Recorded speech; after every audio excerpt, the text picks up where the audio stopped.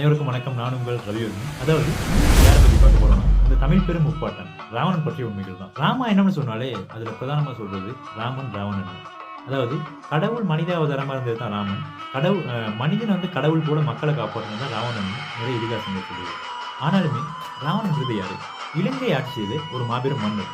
இலங்கை மக்களோட்டு வாழ்க்கையிலேயே செழிப்பாக வாழ்ந்த காலப்பகுதினா ராவண மன்னரோட ஆட்சி காலப்பகுதி தான். அப்படி இருக்கும்போது ராவணன் எதனால சீதை கடத்தி வந்தார் தெரியுமா? ராவணனின் சகோதரி சூர்பனகை அவங்களுக்கு ஏற்பட்ட ஒரு அவமானம் தான் அதுக்கு பிரதான காரணம். அதாவது சூர்பனகை வந்து இலங்கையில் இருக்கும்போது ஒரு குறுநில மன்னரை காதலித்து திருமணம் முடிக்கிறாங்க. ராவணன் வந்து ஜோதிட கலைகள் சிறப்பாக இருந்தனால முன்னாடி நடக்க போகிறத கணிச்சு சொல்கிற டேலண்டடான ஒரு மனிதர். அப்படி இருக்கும்போது வித்யுத் வந்து ராவணனின் சகோதரி அவர் சூர்பனகை திருமணம் முடிக்கிறதுக்கு பிரதான காரணமே மன்னனாகிறதுக்கு ஆசைப்பட்டிருக்காங்க. அதை சொல்லியும் கேட்காம ராவணனின் சகோதரி வித்யுத்தை திருமணம் முடிக்கிறாங்க. அது கொஞ்ச நாள் போகும்போது வித்யுத் வந்து ராவணனை கொலை செய்ய வர்றாரு. தற்காப்புக்காக ராவணன் வந்து அவரை கொலை செஞ்சிருக்காரு. இதை கேள்விப்பட்ட ராவணனின் சகோதரி சூர்பனகை கோபம் கொண்டு ராவணன் சொல்றதையும் கேட்காம நாடை விட்டு போயிடுறாங்க. அதுல இருந்து மிகவும் மன கஷ்டமாகிறாரு ராவணன்.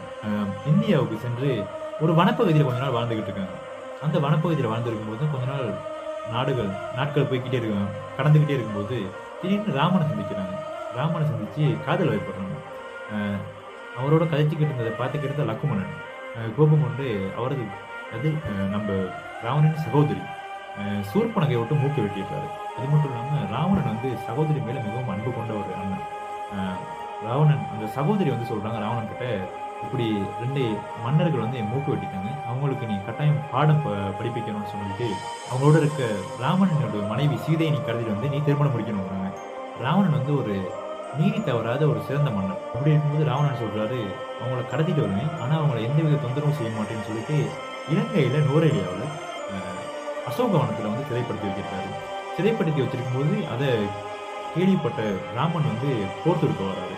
கிட்டத்தட்ட கடவுளாக இருக்க ராமனுக்கு ராவணனை தோற்கடிக்கிறதுக்கு 13 நாள் ஆயிருக்கு. அவரோட முழு படையோட வந்துமே தோற்கடிக்கிறது 13 நாள். நிறைய கஷ்டத்துக்கு மத்தியில் தான் கடைசியாக தான் ராமனை வந்து தோற்கடிச்சிருக்காங்க.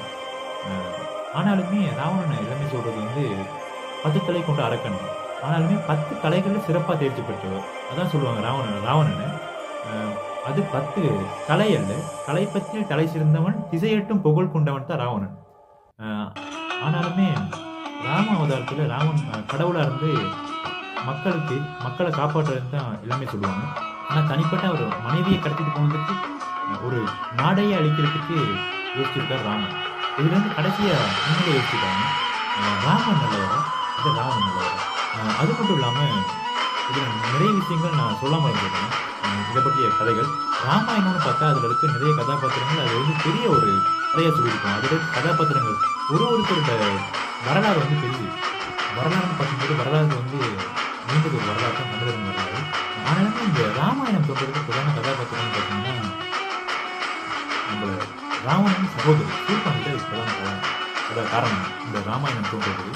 ஆனாலுமே தமிழர்களின் வரலாறு வந்து நிறைய வரலாறுகள் மறைக்கப்பட்டது. அந்த வரலாறுகள் நிறைய மீட்டெடுத்து பார்ப்போம். ஓகே, நன்றி, வணக்கம்.